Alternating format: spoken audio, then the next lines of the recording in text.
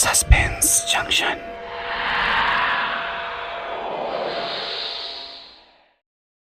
নমস্কার বন্ধুরা, সাসপেন্স জাংশনের আরেকটি পর্বে আপনাদের স্বাগত। সাসপেন্স জাংশনের আজকের নিবেদন শ্রীমতী সুদীপ্তা ঘোষের লেখা রহস্য গল্প রহস্যের জাল অবলম্বনে প্লট নাম্বার 7। কাহিনী বিন্যাস এবং নাট্যরূপ পিনাকি বন্দ্যোপাধ্যায়। বিভিন্ন চরিত্রে অভিনয় করেছেন পারমিতা পিয়ালি মণ্ডল, শুভ মিত্র এবং অরুণ সায়ন মণ্ডল, অমিত পাল কৃষ্ণেন্দু গাঙ্গুলি, পৃথ্বীশ প্রীতম ঘোষ, নিলয় পিনাকি বন্দ্যোপাধ্যায়, রীতা মৌমিতা, বিজন এবং রাজু অতনু ভট্টাচার্য, অয়ন অঙ্কুশ অধিকারী, আশিস এবং অসিত মণ্ডল নিরুপম নাথ এবং কথকের ভূমিকায় সায়ন মুখার্জি। আজকের গল্প শুনে যদি আপনাদের ভালো লাগে তাহলে আমাদের চ্যানেলটি অবশ্যই সাবস্ক্রাইব করে দেবেন এবং পাশে থাকা বেল আইকনটি প্রেস করে দেবেন। লাইক শেয়ার করতে ভুলবেন না। শুরু হচ্ছে আজকের গল্প প্লট নাম্বার 7। জানুয়ারি মাসের এক শীতের সকাল, চারিদিকে ছুটির আমেজ। সংগ্রামপুরের এক বাগান বাড়িতে আজ পিকনিক চলছে। কলকাতা থেকে একটা লাক্সারি বাস এসেছে এখানে। এটা একটা ডক্টরস অ্যাসোসিয়েশনের পিকনিক, যদিও ডক্টর ছাড়া বাইরের কিছু লোকও আছে। মোট 37 জন লোক আজ এসেছে, তার মধ্যে 30 জন ডক্টর, বাদবাকি তাদের জানাশোনার মধ্যে। আজ ডক্টররা যেন সবাই বাঁধন ছাড়া উচ্ছ্বাসে মেতে উঠেছে। সকালে ব্রেকফাস্ট আর চা খেয়ে কেউ ব্যাডমিন্টন খেলছে, কেউ আবার ক্রিকেট ব্যাট হাতে নিয়েছে। এদের দেখে আজ কেউ বলবে না যে এরা সব কলকাতার নামকরা রাশভারী ডাক্তার। দুপুরেও কোলেস্ট্রল, প্রেশার ইত্যাদির চিন্তা ভুলে জোরদার খাওয়া দাওয়া হলো। খাওয়া দাওয়ার ঘণ্টাখানেক পরে প্রায় সবাই লনের মিঠে রোদে গা এলিয়ে যে যার গ্লাস হাতে রঙিন পানীয় নিয়ে বসে পড়েছে। অনেকেই ছিল, তবে বেশ কয়েকজন শুধু ঘরের ভিতর বিছানায় শুয়ে বিশ্রাম নিচ্ছিল। এখনও বাস ছাড়তে দেরি আছে। ঘড়িতে সবে 3:30, 5:30টার আগে বাস ছাড়বে না। তাই রঙিন পানীয় আর সাথে রোস্টেড কাজু, নানা রকম আলোচনা চলছিল নিজেদের মধ্যে। এই পিকনিকে এসেছে কার্ডিওলজিস্ট ডক্টর আশিস সিনহা এবং গাইনোকোলজিস্ট ডক্টর অয়ন বাগচি। আশিসের সাথে অয়নের ভাবটা একটু বেশি। আশিসের জন্যই অয়নের এই পিকনিকে আসা। এক পেক পেটে পড়তেই ডক্টর অয়ন বাগচি হঠাৎই উঠে পড়ল। কি রে অয়ন, আরে উঠলি কেন? আরে যাচ্ছিস কোথায় এখন? দুপুরের খাওয়াটা বোধহয় একটু বেশি হয়ে গেছে। শরীরের ভেতরটা একটা অস্বস্তি হচ্ছে। যাই, একটু হাঁটাহাঁটি করে আসি বাগানের দিকে। একটু হাঁটলে হয়তো অস্বস্তিটা কম হবে। অয়ন চলে যেতেই আবার সবাই নিজেদের গল্পে মশগুল হয়ে পড়ল। বিকেল 5:30 বাজতেই বাস ছাড়ার সময় এসে গেল। সকলে বাসে উঠে বসল। হঠাৎই আশিস চেঁচিয়ে উঠল, এই একটু দাঁড়াও। আরে অয়ন কোথায় গেল বলো তো? ওকে কেউ দেখেছো তোমরা? এত বেলা হয়ে গেল, এখনো এলো না। না, অয়ন সেই যে হাঁটতে বেরিয়ে গেল, তারপর কোথায় গেল? সন্ধ্যের অন্ধকার হয়ে গেল। এই চলো সকলে ওকে খুঁজে দেখি কোথায় যেতে পারে। আশিস দা, তোমায় তো কিছু বলে যায়নি, তাই তো? না রে, আরে সেই তো তখন গেল খাওয়া দাওয়ার পরে। বলল শরীরের ভেতরে নাকি কি একটা অস্বস্তি হচ্ছে, একটু হাঁটাহাঁটি করে আসি। তারপর তো খেয়ালই করিনি ওকে, কোথাও দেখিনি। আসলে আড্ডা মারতে মারতে খেয়ালও করা হয়নি যে ও ফিরে আসেনি। হ্যাঁ তাই তো, চলো চলো খুঁজে দেখি। এই বাগানেও তো নেই, এই ভালো করে দেখো তো। সবাই বাস থেকে নেমে পড়ল অয়নকে খুঁজতে। চারিদিকে বেশ অন্ধকার নেমে এসেছে। শীতের সন্ধে ঝটপট নেমে যায়। তাছাড়া বাগানে অত আলোর ব্যবস্থাও নেই, সবই ঝাপসা অন্ধকার। চারিদিকে সবাই ছড়িয়ে ছিটিয়ে খুঁজতে শুরু করলো। হঠাৎই একজন চেঁচিয়ে উঠল পুকুরের দিক থেকে, আরে এই তো দেখছি পুকুরের মধ্যে কে যেন ভাসছে। সবাই ছুটে গেল সেই দিকে। অবাক হয়ে দেখল মাছ পুকুরে কি যেন ভাসছে। ঠিক ভাসছে বলা যাবে না, পুকুরের মাঝখান বরাবর কলমিলতার ঝোপে আটকে গেছে বডিটা, উপুর হয়ে আছে। তবে আকাশি রঙের টি শার্ট দেখে আশিস বুঝে গেল ওটা অয়নের দেহ। কিন্তু ও জলে পড়ল কি করে? আশিসের বুকের ভেতরটা যেন মুচড়ে উঠল, কারণ এই পিকনিকে সে অয়নকে জোর করে নিয়ে এসেছে। এই বাগানবাড়ির কেয়ারটেকার এবং আরও দুজনকে এনে বডিটা তুলতেই দেখা গেল অনুমান একেবারেই নির্ভুল, ওটা অয়নের দেহ। কিন্তু ও পুকুরে গেল কি করে? শরীর অস্থির লাগছিল বলে বাগানে হাঁটতে গেছিল। অয়ন এখানে এসেছিল কেন? রীতাদি, অয়ন নিশ্চয়ই সুইসাইড করেছে, না হলে পুকুরে দেহ ভাসলো কি করে? কি যাতা বলছিস শুভ? অয়ন কেন সুইসাইড করবে? তুই আর অয়ন, আমার আশিস আর এখানে যারা আছে তাদের থেকে ছোট। মাত্র 35 বছর বয়সে জীবনে এত কি বৃতৃষ্ণা এসে গেল যাতে তাকে আত্মহত্যা করতে হলো? বউ বাচ্চা নিয়ে তো অয়নের সুখের সংসার, ফিনান্সিয়ালি সাউন্ড। কি কারণে এত দূরে পিকনিকে এসে পুকুরের জলে সুইসাইড করলো? কি জানি বাবা, এটা বিশ্বাসই করতে পারছি না। ওখান থেকে কেউ পুলিশকে ফোন করলো। পুলিশ এসে সবাইকে জিজ্ঞাসাবাদ করে বডি তুলে নিয়ে চলে গেল। আর অয়নের বাড়িতে খবর দেওয়ার মতো অপ্রিয় কাজের ভারটা আশিসকে নিতে হলো। যে ছেলেটা তার জন্যই এই পিকনিকে এসেছিল, আর তার মৃত্যু সংবাদ তাকেই দিতে হবে। আশিসের ঘনিষ্ঠ কাউন্সিলর অমিত পাল এই পিকনিকের উদ্যোক্তা। তিনি প্রতি বছর এই রকম একটা পিকনিকের আয়োজন করেন, যদিও সবার সবসময় যাওয়া হয়ে ওঠে না। আসলে এই পিকনিকে যাওয়ার ব্যাপারটায় অয়ন রাজি ছিল না। আশিস তাকে বলেছিল, আরে অয়ন, চল না পিকনিকে, একদিন একটু অন্যরকম ভাবে কাটবে। দেখ, আমাদের যা পেশা তাতে তো সারাক্ষণ চাপের মধ্যেই কাটাতে হয়। একটা দিন না হয় একটু অন্যরকম ভাবে কাটালাম, কি বলিস? চল চল চল, তুই আর না করিস না। আশিসটা এত করে বলছে, আর ঠিক কথাই তো বলছে। সব সময় এত কাজের চাপ, যাও না পিকনিকে, একবেলারই তো ব্যাপার। আমি রিজুকে নিয়ে ঠিক থাকতে পারবো, কোনো অসুবিধা হবে না। তুমি যাও, আর অমত করো না। পারমিতা, তুমি জানো আমার এসব পিকনিকে ঠিক ভালো লাগে না, কিন্তু তুমি আর আশিসদা বলছো বলেই যাচ্ছি। খবরটা শোনার পর থেকে অনেকক্ষণ পারমিতা স্তব্ধ হয়ে বসে রইল তার 4 বছরের ছোট্ট ছেলে রিজুকে কোলে নিয়ে। কান্নায় ভেঙে পড়েনি সে, কিন্তু তার চোখে মুখে অবিশ্বাস। আশিসদা, এটা কি করে বিশ্বাস করব যে মানুষটা এই পিকনিকে যেতেই চাইছিল না, আমি আর আপনি জোর করেছিলাম বলে সে গেল? সে নাকি আত্মহত্যা করেছে, তাও বাড়ি থেকে অত দূরে। ওখানে গিয়েই আমি তো জানি না অয়নের জীবনে এমন কোনো কষ্ট বা দুঃখ ছিল যে তাকে সুইসাইড করতে হবে। এটা আমিও মানতে পারছি না পারমিতা। নিজেকে বারবার ভীষণ অপরাধী মনে হচ্ছে জানো। আসলে আসলে আমি জোর না করলে আজ হয়তো এই ঘটনাটাই ঘটতো না। দিন 4 কেটে গেল। অয়ন বহরমপুরের ছেলে। সেখান থেকে খবর পেয়ে সকলে চলে এসেছেন। অয়নের ডাক্তার বন্ধুবান্ধব এবং পরিবারের লোকেদের মনে একটাই প্রশ্ন, অয়ন হঠাৎ সুইসাইড করতে গেল কেন? তাছাড়া 2টো চেম্বার আর বারাসাতের দিকে ছোট্ট নার্সিংহোমটা এখন কে চালাবে? পারমিতা আগে চাকরি করত, কিন্তু ছেলে রিজু জন্মাবার পর সে চাকরিটা ছাড়ে। আর অয়নও চাইতো রিজু বড় না হওয়া পর্যন্ত পারমিতা চাকরি করতে যাক। প্রতিদিন কাগজের হেডলাইন হচ্ছে ডক্টর অয়ন বাগচির রহস্যময় মৃত্যু সংবাদ নিয়ে। কিন্তু 7 দিন পর ডক্টর অয়ন বাগচির পোস্টমর্টম রিপোর্ট হাতে আসার পর সমস্ত হিসেব উল্টে গেল।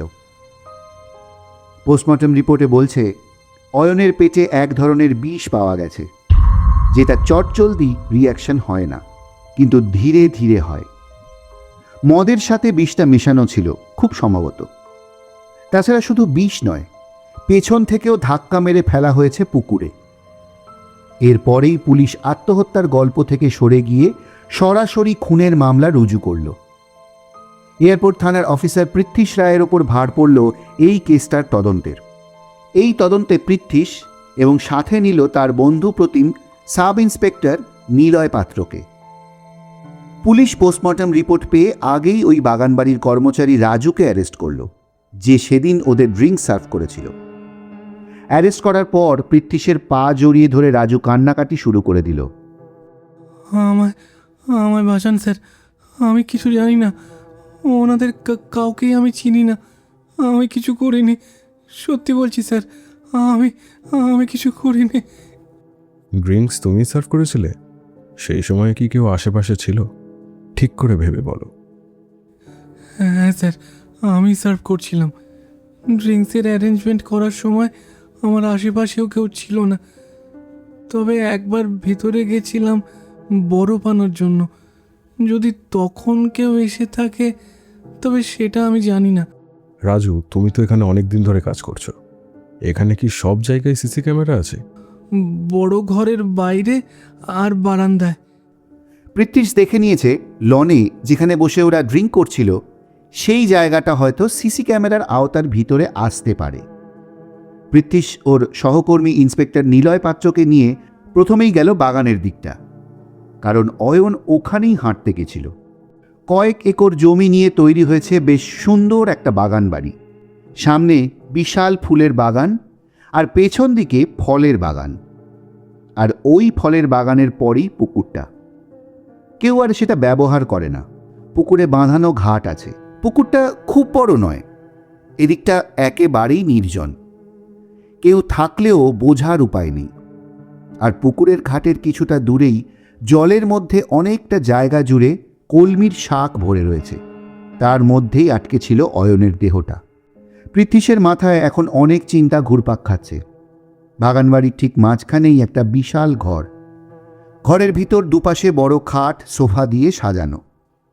ঘরটার চারিদিকে বারান্দা, আর রান্নার জায়গাটা এক পাশে, সাথে শেড দেওয়া খাওয়ারের জায়গা। পৃথ্বীশ রান্নাঘরে গেল একবার। বেশ বড় রান্নাঘরটা। পৃথ্বীশ সিসি ক্যামেরা চেক করতে করতে ওর সহকর্মী ইন্সপেক্টর নিলয়কে বলল, বুঝলে নিলয়, আমি শিওর রাজু ছেলেটা একদম নির্দোষ, তবে ওকে এখনই ছাড়া যাবে না। বুঝেছি, কিন্তু তুমি শিওর হচ্ছ কি করে যে রাজু সম্পূর্ণ নির্দোষ? ও তো কারোর চাপে পড়ে কাজটা করতেই পারে।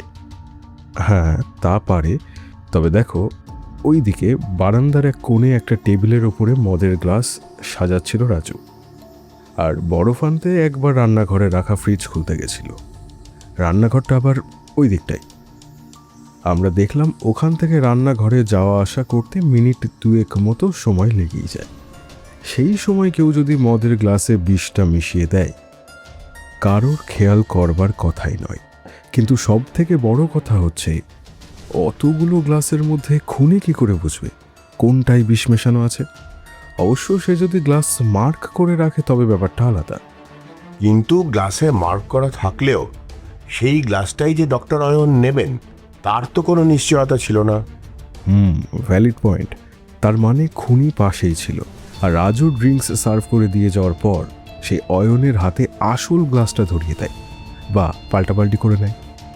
দেখো, সিসিটিভি ফুটেজগুলোও ক্লিয়ার নয়, বোঝাই যাচ্ছে না কিছু। এইটা কি তাহলে প্রিপ্ল্যান্ড মার্ডার নাকি নিছকই দুর্ঘটনা? না, দুর্ঘটনা নয়। অয়ন সাঁতার জানত না। পোস্টমর্টম রিপোর্টে পরিষ্কার উল্লেখ আছে, তাকে ধাক্কা মেরে ফেলা হয়েছে। শুধু মদে বিষ মিশিয়ে খুনি ক্ষান্ত হয়নি। যদি বিষে কাজ না হয় তাই অয়নকে পুকুরে ফেলে নিশ্চিন্ত হতে চেয়েছে। কিন্তু কে ছিল সেই শত্রু যে অয়নের মৃত্যু ঘটাবার জন্য এই পিকনিকটা বেছে নিয়েছিল? প্রথমে জানতে হবে অয়নকে কে এই পিকনিকে ইনভাইট করেছিল, তার কী উদ্দেশ্য ছিল। হয়তো এটাই মারার ছক ছিল খুনির কাছে, নাকি সে নিজের ইচ্ছাতেই গেছিল সেদিন। এছাড়াও আরও যারা ছিলেন তাদের সাথেও কথা বলাটা দরকার। খোঁজ নিয়ে পৃথ্বীশ জানতে পারে ডক্টর আশিস সিনহা অয়নকে পিকনিকে নিয়ে এসেছিল। জেরা করার জন্য সে যায় আশিসের চেম্বারে। ডক্টর সিনহা, আপনি ডক্টর অয়ন বাগচিকে এই পিকনিকে ইনভাইট করেছিলেন যাওয়ার জন্য? আজ্ঞে হ্যাঁ, আমি খানিকটা জোর করে সেদিন বলেছিলাম ওকে পিকনিকে যেতে, তাই অয়নের মৃত্যুর জন্য নিজেকে ক্ষমা করতে পারছি না। কেন জোর করেছিলেন পিকনিকে যাওয়ার জন্য? অয়নের সাথে আপনার কতদিনের আলাপ? অয়নের সাথে আমার আলাপ ডাক্তারি পড়ার সময় থেকেই। ও আমার জুনিয়র ছিল, খুবই ভালো সম্পর্ক ছিল আমাদের, একেবারে একেবারে নিজের ছোট ভাইয়ের মতো। আসলে আমাদের এই প্রফেশনে যা চাপের মধ্যে থাকতে হয়, সেই জন্যই একটা দিন একটু রিল্যাক্স করা, আর কিছুই নয়। আর তাই আমি ওকে পিকনিকে যাওয়ার জন্যই জোর করেছিলাম। পিকনিকে আপনি ছাড়া ডক্টর বাগচির আর পরিচিত বা ঘনিষ্ঠ কে কে ছিলেন? দেখুন, পরিচিত তো অনেকেই ছিল, কিন্তু ঘনিষ্ঠ যদি বলেন তো আমি ছাড়া আরও দুজন ছিলেন, ডক্টর রীতা আর ডক্টর শুভ মিত্র। রীতা আমার ব্যাচমেট, আর শুভ হচ্ছে অয়নের ব্যাচমেট। শুভই প্রথম পুকুরের বডিটা ভেসে থাকতে দেখে। ওকে, ওনাদের নাম্বারটা আমায় দিন। আচ্ছা, ওখানে উপস্থিত কাউকে আপনার সন্দেহ হয় কি? কাকে সন্দেহ করব বলুন তো? এ তো অন্ধকারে ঢিল ছোড়ার সামিল। ওখানে অয়ন আর আমি ছাড়া আরও ৩৫ জন ছিল, আবার তাদের মধ্যে অনেককেই আমি চিনি না। কার ওপর কে যে মনের জ্বালা মেটালো আমি তো কিছুই বুঝতে পারছি না। এখন কাকে সন্দেহ করব বলুন তো? আমি এরমভাবে কাউকে সন্দেহ করতে পারছি না। কর্মক্ষেত্রে ওনার কোনো সমস্যার কথা কখনো জানিয়েছিল ডক্টর বাগচি? একটা সমস্যার কথা ও একবার বলছিল আমাকে। বারাসাতে দত্তাবাদে একটা নার্সিংহোম কিনেছিল, তা প্রায় বছর ৩ আগে হবে। একদিন কথায় কথায় আমাকে বলছিল যে নার্সিংহোমটা না করলেই ভালো হতো। 2টো চেম্বার নিয়েই নাকি ও খুব ভালো ছিল। আমি কারণটা জানতে চেয়েছিলাম, মানে কোনো প্রবলেম হচ্ছে নাকি। তখন ও বলেছিল আমাকে পরে সব একদিন সময় করে বলবে, কিন্তু সে সময় আর ওর হলো না। আসলে অয়ন না একটু সফট মাইন্ডেড ছিল। কথাটা ডক্টর বাগচি আপনাকে কবে বলেছিলেন? তা প্রায় 6 মাস আগে তো হবেই। পৃথ্বীশ আশিসের সাথে কথা বলে সেখান থেকে চলে আসে। পৃথ্বীশের মনে একটা খটকা থেকেই যায়। ডক্টর বাগচির নার্সিংহোমে কি কোনো প্রবলেম চলছিল? সেটা কি ডক্টর আশিস সিনহা সত্যিই জানতেন না, নাকি বললেন না? নিলয়কে ফোন করে পৃথ্বীশ। হ্যালো নিলয়, খোঁজ পেয়েছো? হ্যাঁ, দমদম এয়ারপোর্টের কাছে এক বিশাল হাউজিং কমপ্লেক্সে বিভিন্ন ব্লকের ফ্ল্যাটে থাকে doctor Ashis Sinha, doctor Ayan Bagchi, doctor Shubho Mitra, doctor Rita সহ অনেক ডাক্তার, যারা সেদিন ওই পিকনিকে উপস্থিত ছিলেন। এবং ওই পিকনিকের উদ্যোক্তা কাউন্সিলর অমিত পাল। হাউজিং কমপ্লেক্সের নামটা শোনো, প্লট নাম্বার 7। বাহ, সকলেই এক জায়গায়। বাই দ্য ওয়ে, নামটা কি বললে? Plot number 7। পিকনিক স্পটের নামটাও তো প্লট নাম্বার 7। তার মানে এক প্লট নাম্বার 7-এ ডক্টর অয়ন বাগচি থাকতেন, আর এক প্লট নাম্বার 7-এ ওনাকে হত্যা করা হলো। হ্যাঁ, আর 2টো প্লট নাম্বার 7-এরই কলমে মালিক কাউন্সিলর অমিত পাল। শোনো নিলয়, তুমি কাল একবার ডক্টর শুভ আর রীতার সাথে কথা বলে দেখো, নতুন কিছু তথ্য পাও কিনা। আমি কাল অয়নের স্ত্রী পারমিতা বাগচি, আশিস সিনহা আর অমিত পালের সাথে কথা বলতে যাব। আর ডক্টর আশিস সিনহা সহ সবার উপরেই নজরদারির ব্যবস্থা করো। প্লট নাম্বার 7 নামটার সাথে ডক্টর অয়ন বাগচির হত্যা রহস্যের কি কোনো বিশেষ যোগ আছে? পৃথ্বীশের মনে এই প্রশ্নই ঘুরতে লাগলো। পরের দিন সকালে নিলয় পৌঁছে গেল হাউজিং কমপ্লেক্সে। পৃথ্বীশ একটু প্ল্যান চেঞ্জ করে গেল অন্য জায়গায়। নিলয় রীতার ফ্ল্যাটে গিয়ে শুভ মিত্রকেও ডেকে নিল সেখানে। দেখুন, কয়েকটা প্রশ্ন করছি আপনাদের। আপনারা দুজনেই ডক্টর বাগচির খুব ঘনিষ্ঠ ছিলেন। ওনার ব্যক্তিগত জীবন বা নার্সিংহোম নিয়ে কোনো প্রবলেম কিছু শুনেছেন বা জানেন? ওনার ওপর কারো শত্রুতা বা রাগ কিছু জানেন? প্লিজ কিছু লুকোবেন না। না অফিসার, লুকানোর কোনো ব্যাপারই নেই। আমায় কোনোদিন বলেনি কোনো প্রবলেমের কথা। আর ওর স্ত্রী পারমিতা খুবই ভালো মেয়ে, কোনোদিন কোনো প্রবলেমের কথা কানে আসেনি। তাছাড়াও একটু ইন্ট্রোভার্ট ছিল কলেজ লাইফ থেকেই, আর সব কথা কারো কাছে শেয়ার করতো না। তবে এটাও ঠিক, ওর মতো এত ভালো ডাক্তার আর এত ভালো মানুষকে কেউ খুন করতে পারে, এটা বিশ্বাস করা বড় কঠিন আমার কাছে। আমিও শুভর সাথে একমত। কোনোদিন অয়নের কোনো বেচাল দেখিনি বা ওর বিরুদ্ধে কোনো কথা শুনিনি, তবে একজনকে অয়ন বলতো সব কথা, সে হচ্ছে ডক্টর আশিস সিনহা। তবে এখন সব থেকে চিন্তা হচ্ছে পারমিতা আর ওর বাচ্চাটাকে নিয়ে কি করে বাঁচবে মেয়েটা। ওদিকে কাজ সেরে পৃথ্বী সোজা চলে আসে অয়নের স্ত্রী পারমিতা বাগচির কাছে। ওনাদের বাড়ি থেকে এতটা দূরে অয়নের বারাসাতের কাছে দত্তাবাদে নার্সিংহোম খোলা এবং সেই সংক্রান্ত কিছু জানা আছে কিনা জানতে চাইলে পারমিতা জানায়, 3 বছর আগে অয়নের এক সিনিয়র ডক্টর কমল গুহ নার্সিংহোমটা বিক্রি করে দেবেন ঠিক করেন, এবং অয়নকে সেটা নেওয়ার জন্য অনেক রিকোয়েস্ট করার পর অয়ন ওটা কেনে। আমি প্রথমে না করেছিলাম যে 2টো চেম্বার করে নার্সিংহোম চালানোটা চাপ হয়ে যাবে, কিন্তু ও শোনেনি। ওই নার্সিংহোমে 2 জন রেসিডেন্ট ডক্টর, 2 জন রিসেপশনিস্ট, 4 জন নার্স আর কয়েকজন স্টাফ রয়েছে। তবে কিছুদিন ধরেই অয়ন বলতো ওর চেম্বারটাই শুধু ঠিক ছিল, নার্সিংহোম বানানোটা উচিত হয়নি। অনেকবার জিজ্ঞাসা করেছিলাম কি প্রবলেম, ও বলেছিল ওসব নিয়ে টেনশন না করতে, ওসব ঠিক হয়ে যাবে, এমন কোনো ব্যাপার নয়। তাছাড়া নার্সিংহোম চালাতে গেলে এমন ঝামেলা লেগেই থাকে। আমিও তাই আর জোর করিনি ওকে বলার জন্য। উনি কখন যেতেন নার্সিংহোম? সকাল 8টা থেকে 11টা পর্যন্ত চেম্বার সেরে তারপর অয়ন দত্তাবাদ চলে যেত। আবার রাত 8টার মধ্যে চলে এসে চেম্বারে বসত। চেম্বার সেরে বাড়ি ফিরতে রাত 11টা হতো। তারপরেই নার্সিংহোমে ফোন করে সমস্ত পেশেন্টদের খোঁজখবর নিতে হতো, ডক্টরদের সাথেও কথা বলতো।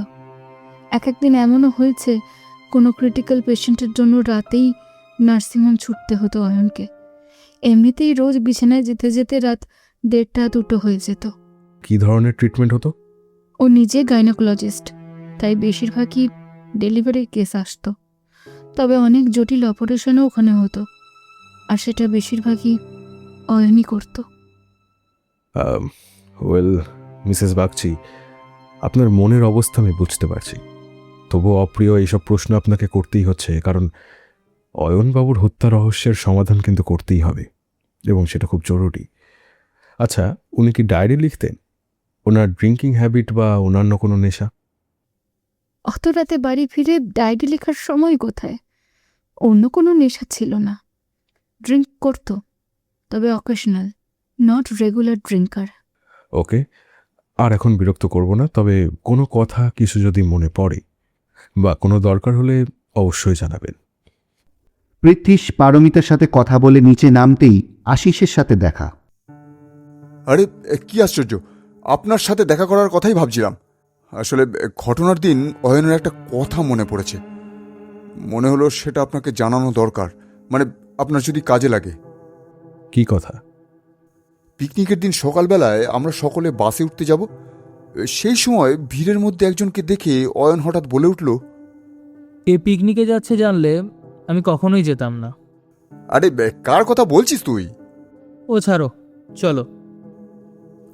অয়ন কার কথা বলছিল আর কেনই বা বলছিল পরে আর জানা হয়নি। অমিত পালের সাথে ডক্টর বাগচির কোনো ঝামেলা ছিল কি? না, সেরকম তো কিছু শুনিনি। অমিত পালই তো বলছিলেন অয়নকে পিকনিকে নিয়ে যাওয়ার জন্য। আচ্ছা, আপনারা যখন লনে হাতে হাতে গ্লাস তুলে নিচ্ছিলেন তখন সেটা নিজেরাই নিয়েছেন নাকি অন্য কেউ দিল গ্লাসটা? ওই লনে কতজন বসেছিল এবং ওনাদের নাম যদি একটু বলতে পারেন? একটু ভেবে উত্তর দিন, কারণ বুঝতেই পারছেন খুবই জরুরি। ড্রিঙ্কস যখন সার্ভ করা হচ্ছিল তখন আমি ওয়াশরুমে গিয়েছিলাম। এসে দেখি সবাই হাতে গ্লাস তুলে নিয়েছে, শুধু আমারটাই বাকি ছিল। ওই লনে প্রায় 10-12 জন ছিলাম আমরা। হ্যাঁ, তা তো হবেই। তবে সরি পৃথ্বীশবাবু, আমি তো সবাইকে ঠিক চিনি না, তাই সকলের নামও আপনাকে বলতে পারবো না। আমার মনে হয় কাউন্সিলর অমিত পাল নিশ্চয়ই সকলের নাম বলতে পারবেন। আপনি যদি ওনাকে একবার। পৃথ্বীশ বাইরে বেরিয়ে ভাবল এই মৃত্যুর সাথে কোনো হেভিওয়েট ব্যক্তি অবশ্যই জড়িয়ে আছে। তার হয়তো আগে থেকেই কোনো শত্রুতা ছিল। আজ আর কাউকে কিছুই প্রশ্ন করার নেই। পৃথ্বীশ তাই ওখান থেকে বেরিয়ে এলো। পরদিন সকালে অমিত পালের সাথে কথা বলতে যাবে। শীতের রাত, তার ওপর ঠান্ডাও পড়েছে বেশ। রাস্তাঘাট শুনশান। গাড়ি করে এক ভদ্রলোক এলেন, সাথে 16-17 বছরের একটা রোগা ডিগডিগে মেয়ে। সালোয়ার কামিজ পরে থাকলেও বোঝা যাচ্ছিল মেয়েটা প্রেগনেন্ট। লোকটি সোজা ডাক্তারের কাছে গিয়ে বলল মেয়েটির অ্যাবর্শন করাতে হবে। ডাক্তার দুজন একে অপরের দিকে তাকালেন। লোকটি এক গোছা টাকার বান্ডিল টেবিলে রাখলেন। পৃথ্বীশ সকালে অমিত পালের সাথে কথা বলতে গেল কাউন্সিলর অমিত পালের ফ্ল্যাটে। এই পিকনিকে শুনলাম আপনি অয়নকে নিয়ে যাওয়ার জন্য বেশি আগ্রহ দেখিয়েছেন। প্রতি বছর এই পিকনিকের উদ্যোক্তা তো আমি। ডক্টর বাগচি কোনোদিন এই পিকনিকে যাননি, অথচ এই কমপ্লেক্সের ভিতরে প্রায় সব ডাক্তারই যান এই পিকনিকে। সেই হিসেবেই আমি ডক্টর সান্যালকে বলেছিলাম যে ডাক্তার বাগচিকে বলুন এবার পিকনিকে যেতে। কিন্তু এরকম একটা বিশ্রী ঘটনা ঘটবে তা সত্যি ভাবতে পারিনি। এখন আমার নিজেকেই বড্ড অপরাধী বলে মনে হচ্ছে। আপনি যখন উদ্যোক্তা পিকনিকের, তখন সবাইকে আপনি নিশ্চয়ই চেনেন। আমাকে তাদের নামের লিস্টটা একটু দেবেন। আর সবাই তো নিশ্চয়ই ডাক্তার ছিল না, এবং অয়নকে খুনের জন্য আপনার কাউকে সন্দেহ হয়, কারণ এই পিকনিকে থাকা কোনো একজন তো খুন করেছে অয়নকে। তাই যদি কাউকে সন্দেহ হয় অবশ্যই বলতে পারে। সবার নামের লিস্ট ও তাদের পেশা কি সেটা আপনাকে দিয়ে দিচ্ছি, কিন্তু সন্দেহর কথা যদি বলেন তো দেখুন, এবারের পিকনিকে যারা গেছে তার মধ্যে একমাত্র অয়নই নতুন, বাকি সবাই আমার পূর্ব পরিচিত। তাই এটা নিয়ে কিছুই আমি বলতে পারবো না। পৃথ্বীশ জানতে চায় সেদিন ড্রিঙ্কসের গ্লাস কে সবাইকে দিয়েছিল সেটা অমিত পালের মনে আছে কিনা। কিন্তু অমিত পাল জানান ওনার কিছুই মনে নেই। অমিত পাল একবার ঘরে গিয়ে লিস্টটা নিয়ে এসে দেন পৃথ্বীশের হাতে। আপনাদের পিকনিকের কিছু ফটো আমার চাই, যাতে লোকজন চিনতে আমার সুবিধা হয়, কারণ ডক্টররা ছাড়াও অন্য লোক ছিল ওখানে। ঠিক আছে, আপনার তদন্তের সুবিধার জন্য আমি সমস্ত ফটোর পার্সনদের পরিচয় জানিয়ে মার্ক করে দেব। তাতে নিশ্চয়ই অনেকটা সুবিধা হবে আপনার। অবশ্যই, এরকম হলে তো কথাই নেই। অনেক ধন্যবাদ আপনাকে। আজ উঠি, প্রয়োজন হলে আবার আসবো। পৃথ্বীশ চলে যেতেই অমিত তার ফোনটা নিয়ে জরুরি কলে ব্যস্ত হয়ে পড়ল। পৃথ্বীশ থানায় গিয়ে বাগানবাড়ির কর্মচারী রাজুর জামিনের ব্যবস্থা করে দেয়। রাজুর জামিনের ব্যবস্থা তো করলে, কিন্তু কোনো প্রমাণ তো এখনো হাতে এলো না। এই অমিত পালের সাথে কথা বলে কি বুঝলে? অমিত পালের সাথে কথা বলে নামের লিস্টটা পাওয়া গেল, আর রাজনৈতিক লোক, বুঝতেই পারছো। দেখা যাক কোন রাঘব বোয়াল ধরা পড়ে। আমি তো বলবো এটা কোনো ডাক্তার ছাড়া হতেই পারে না, কারণ ওইসব বিষ ডাক্তার ছাড়া আর কে জানবে বলো তো? অন্য কেউ এসব বিষ পাবে কোথায়? তাই কি? দেখা যাক। এই দেখো, অমিত পাল পিকনিকের সব ফটো পাঠিয়ে দিয়েছেন। রাত 9টা বাজে। বাড়িতে বসে পৃথ্বীশ সেই ফটোগুলো খুলে বের করে দেখতে শুরু করল। মোটামুটি এখানে উপস্থিত বেশিরভাগই ডক্টর, আর 7 জন মাত্র অন্য পেশার লোক। পৃথ্বীশ তাদের লিস্টটা দেখতে লাগলো এক এক করে। 1 অর্ণব রায়, অন্য এক ডক্টরের বন্ধু। 2 অভিনব সরকার, অমিত পালের শ্যালক। 3 মৃদুল পাত্র, অন্য এক ডক্টরের বন্ধু। 4 একজন মেডিকেল রিপ্রেজেন্টেটিভ। 5 ওষুধের দোকানের মালিক। 6 একজন নামকরা ব্যবসায়ী। 7 আরও একজন মেডিকেল রিপ্রেজেন্টেটিভ। এরা কে, কার পরিচয়ে গেছিল ওই পিকনিকে, সেটা জানার জন্যই পৃথ্বীশ ফোন করল অমিত পালকে। অমিত জানান 2 জন মেডিকেল রিপ্রেজেন্টেটিভ অবশ্যই ডাক্তারদের জানাশোনা হবে, আর ওই ব্যবসায়ী তো ওনার নিজের চেনা লোক, যিনি বারাসাতের কলোনি মোড়ে থাকেন। উনি গত বছরও গেছিলেন এই পিকনিকে। ওষুধের দোকানের মালিক অনেকের চেনা, কারণ মধ্যমগ্রামে ওনার বিশাল দোকান আছে। মেডিকেল রিপ্রেজেন্টেটিভ থেকে শুরু করে অনেকের পরিচিত লোক উনি। ফোনটা রেখে চিন্তায় ডুব দিল পৃথ্বীশ। এখনও সে অন্ধের মতো হাতড়ে চলেছে। কোনো রকম ক্লু কিংবা প্রমাণ দেখতে পাচ্ছে না। পরদিন সকালবেলা পৃথ্বীশ এবং নিলয় বারাসাতের কাছে দত্তাবাদে ডক্টর অয়ন বাগচির নার্সিংহোমের উদ্দেশ্যে রওনা হয়, যদি ওখান থেকে কোনো রকম কোনো ক্লু পাওয়া যায়। পৃথ্বীশরা জিপ থেকে নামল। রাস্তার ওপর বড় বড় করে লেখা দীপশিখা নার্সিংহোম। অ্যাড্রেসটা দেখে চোখ আটকে গেল পৃথ্বীশের। নিলয়কে দেখালো, প্লট নাম্বার 7, দত্তাবাদ কলোনি মোড়, বারাসাত, ব্যারাকপুর রোড, উত্তর 24 পরগনা। ব্যাপারটা কি বলো তো নিলয়, এটা কি নিছকই কাকতালীয়? আমার মনে হয় ডক্টর বাগচি বোধহয় নিউমারোলজি মানতেন, ওই নাম্বার 7। তবে এখানে অন্য দুটো জায়গার মতো অমিত পালের কোনো যোগ আছে বলে মনে হয় না। তুমি তো অনেক দূর ভেবে ফেললে, কিন্তু বন্ধু, ডক্টর অয়ন বাগচির নিউমেরোলজি তো ফেল করে গেল। নাম্বার 7-এই মরতে হলো ওনাকে। চলো ভিতরে যাওয়া যাক, মালিক ছাড়া নার্সিংহোম কেমন চলছে একবার দেখে আসা যাক। দেখে তো মনে হচ্ছে না কালকেই ঝাঁপ পড়বে। পৃথ্বীশ আর নিলয় নার্সিংহোমের ভেতরে ঢুকল। 3 তলা নার্সিংহোম খোলাই ছিল। সামনে রিসেপশন। পুলিশ দেখে রিসেপশনিস্ট মৈনাক দত্ত তটস্থ হয়ে উঠে দাঁড়ালো। মৈনাকের কাছ থেকেই ওরা জানলো আরও একজন রিসেপশনিস্ট আছেন, নাম রনিতা রায়। ওনার নাইট ডিউটি সেরে কিছুক্ষণ আগে বেরিয়ে গেছেন নার্সিংহোম থেকে। মৈনাক জানায় এখন এই নার্সিংহোম এখানকার 2জন ডক্টর অরুণ ঘোষ এবং ডক্টর বিজন রায় চালিয়ে যাচ্ছেন, কারণ বেশ কয়েকজন পেশেন্ট ছিল আগে থেকেই। মৈনাক ফোন করে ওনাদের সাথে কথা বলে জানালো ফার্স্ট ফ্লোরে ওনারা 2জনেই আছেন। পৃথ্বীশ আর নিলয় সেখানে গেল। নার্সিংহোমটা খুব বেশি বড় বলা যাবে না। 2 তলা 3 তলা মিশিয়ে মোট 12টা কেবিন, আর 3 তলায় অপারেশন থিয়েটার। নিচতলাটায় কোনো কেবিন নেই, অফিস রুম, কিচেন আর স্টাফদের ঘর। ডক্টর অরুণ ঘোষ আর ডক্টর বিজন রায় একটা রুমে বসেছিলেন। বয়সে দুজনেই ডক্টর বাগচির থেকে কিছুটা বড়ই হবে। আপনারা দুজনেই এখন নার্সিংহোমটা চালাচ্ছেন? আপনাদের মধ্যে কে ডক্টর অরুণ ঘোষ আর বিজন রায়? আমি বিজন রায়, আর উনি ডক্টর অরুণ ঘোষ। হ্যাঁ, আমরা দুজনেই এখন নার্সিংহোমটা চালাচ্ছি। আসলে যেসব পেশেন্ট অলরেডি ছিল তাদের কিওর না করে ছাড়ি কী করে বলুন তো? আপনারা তো শুনেছি রাতে থাকতেন এখানে, কখন আসতেন আর কখন যেতেন? রাত 8টার সময় আসতাম, আর সকাল 10টা পর্যন্ত এখানেই থাকতাম। তারপর কোথায় যেতেন?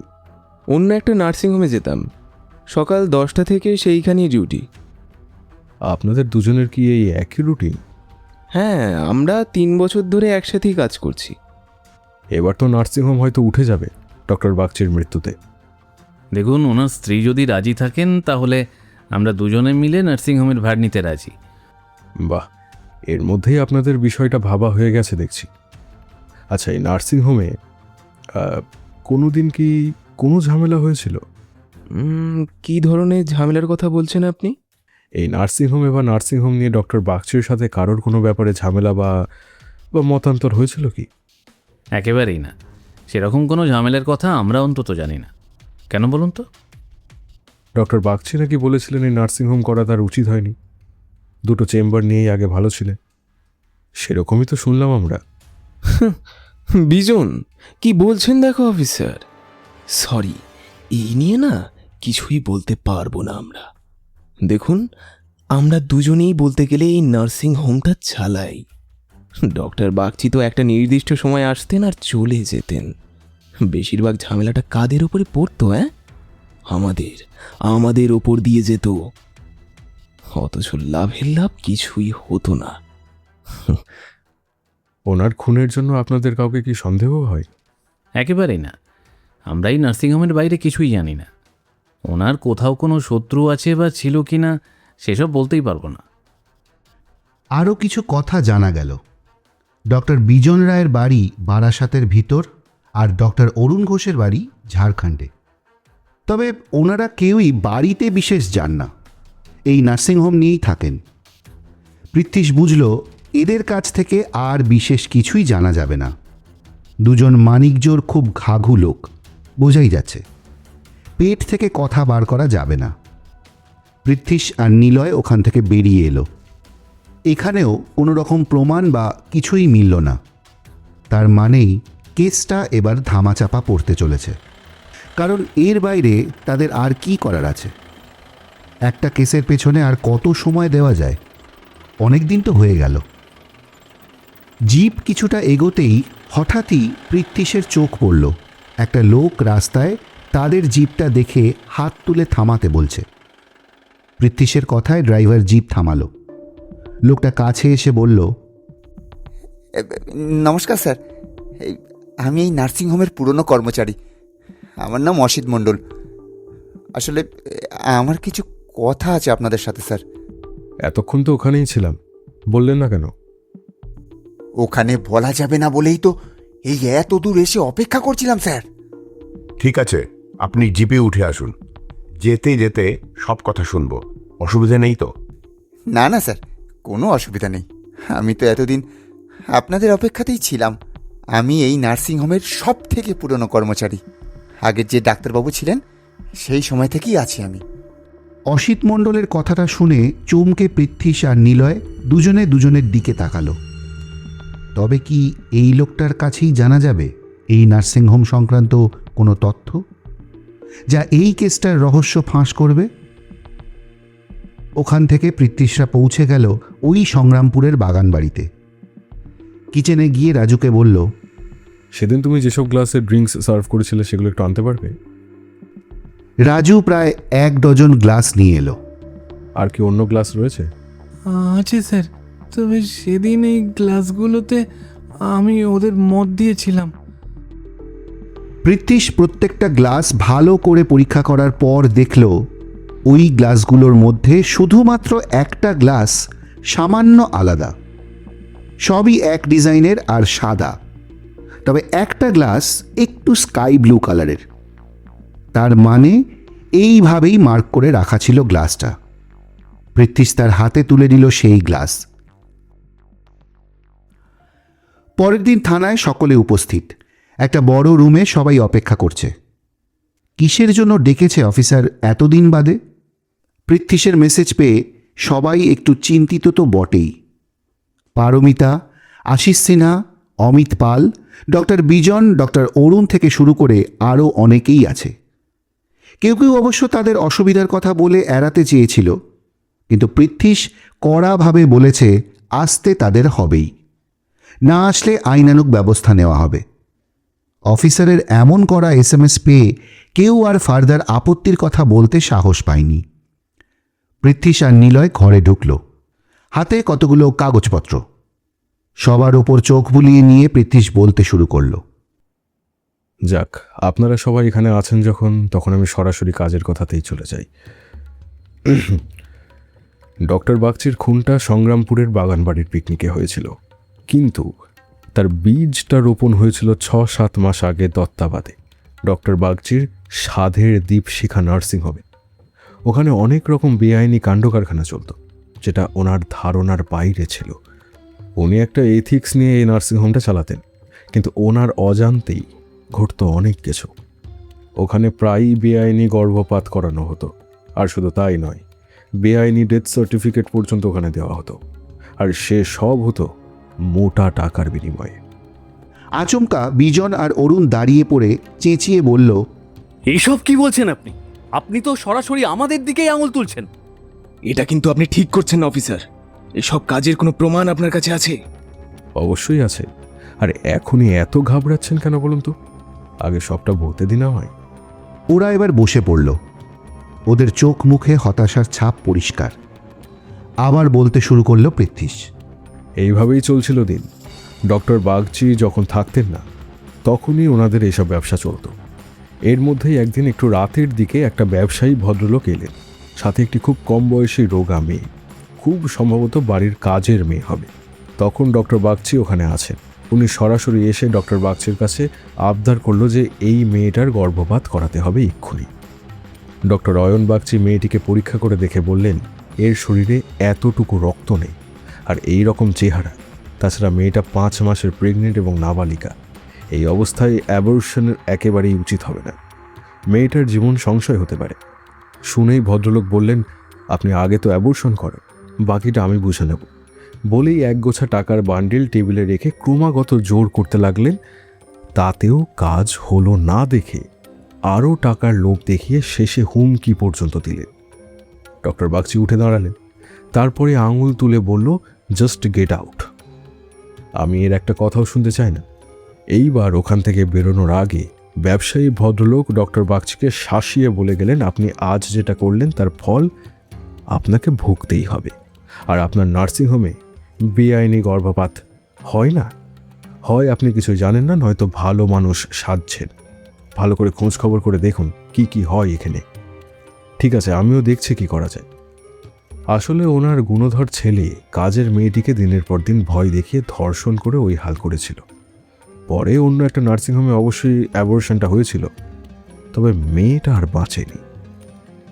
ওই মহান ভদ্রলোকটি যে কে সেটা যদি আমাদের জানান। এমন সময় ওখানে উপস্থিত বিখ্যাত ব্যবসায়ী সুবীর চৌধুরী উঠে দাঁড়িয়ে বললেন, আমার একটা জরুরি কাজ আছে, আমাকে এক্ষুনি যেতে হবে। পৃথ্বীশ আঙ্গুল তুলে কড়া গলায় বলল, একদম নড়বেন না, যেখানে বসে আছেন ওইখানেই বসে থাকুন। আর আমার পারমিশন ছাড়া কেউ এখান থেকে বেরোতে পারবে না। ডক্টর আশিস সিনহা, ইনি হলেন সেই দিনের সেই ব্যবসায়ী। কিন্তু অয়নের খুনের সাথে এই লোকটার কুকর্মের কি সম্পর্ক? এখান থেকেই গল্প শুরু। এরপর আসছি আসল ঘটনায়। এই লোকটা চলে যেতেই অয়ন তার সহকর্মীদের জিজ্ঞাসা করলেন এই নার্সিংহোমে কোনো বেআইনি কাজ হয় কিনা, তার অবর্তমানে। কিন্তু দুজন ডক্টর কথাটা পুরোপুরি অস্বীকার করলো। কিন্তু অয়নের মনের ভেতর খচখচ করতেই থাকলো। এখানে যদি কিছু নাই হবে, লোকটা অত জোর দিয়ে বলতে পারতো না। উনি তখন নার্সিংহোমের সমস্ত ডকুমেন্টসগুলো চেক করবেন বলে ঠিক করলেন। হয়তো তার থেকে কিছুটা বোঝা যেতে পারে। ওদিকে আবার ব্যবসায়ী সুবীর সরকার ওখান থেকে অপমানিত হয়ে ফিরে ভাবছেন কিভাবে অয়নের ওপর প্রতিশোধ নেওয়া যায়। শুধু ওনার ছেলের অপকীর্ত ঢাকার জন্য নয়, ডক্টর অয়ন বাগচির ওপর ওনার আর একটা রাগও ছিল। আর কিসের রাগ?